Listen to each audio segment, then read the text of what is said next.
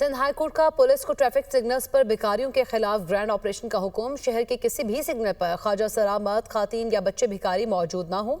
अदालत की जानिब से अहकाम जारी किए गए हैं। मजीद जानेंगे, अब्दुल हसीब खान हमारे साथ मौजूद हैं। अब्दुल हसीब, आगाह कीजिएगा, मजीद क्या अहकाम जारी किए गए हैं इस हवाले से? जी बिल्कुल, सिंध हाई कोर्ट दरख्वास्त दायर की गई थी जिसमें मौके पर तैयार किया गया था कि ट्रैफिक सिग्नल्स पर पेशावर भिखारी जो है वो मौजूद होते हैं और वो ना सिर्फ जो है वो भीख मांगते हैं बल्कि शहरियों को जो है हिरासत भी करते हैं। अदालत ने आज जो है वो दरख्वास्त दायर का मौका सुनने के बाद DIG ट्रैफिक को तमाम ट्रैफिक सिग्नल्स पर भिखारियों के खिलाफ ग्रैंड ऑपरेशन दिया है। अदालत ने कहा कि शहर के किसी भी सिग्नल पर पेशावर भिखारी जो है वो मौजूद ना हो और उन तमाम पेशावर भिखारियों के खिलाफ जो है वो कार्रवाई की जाए।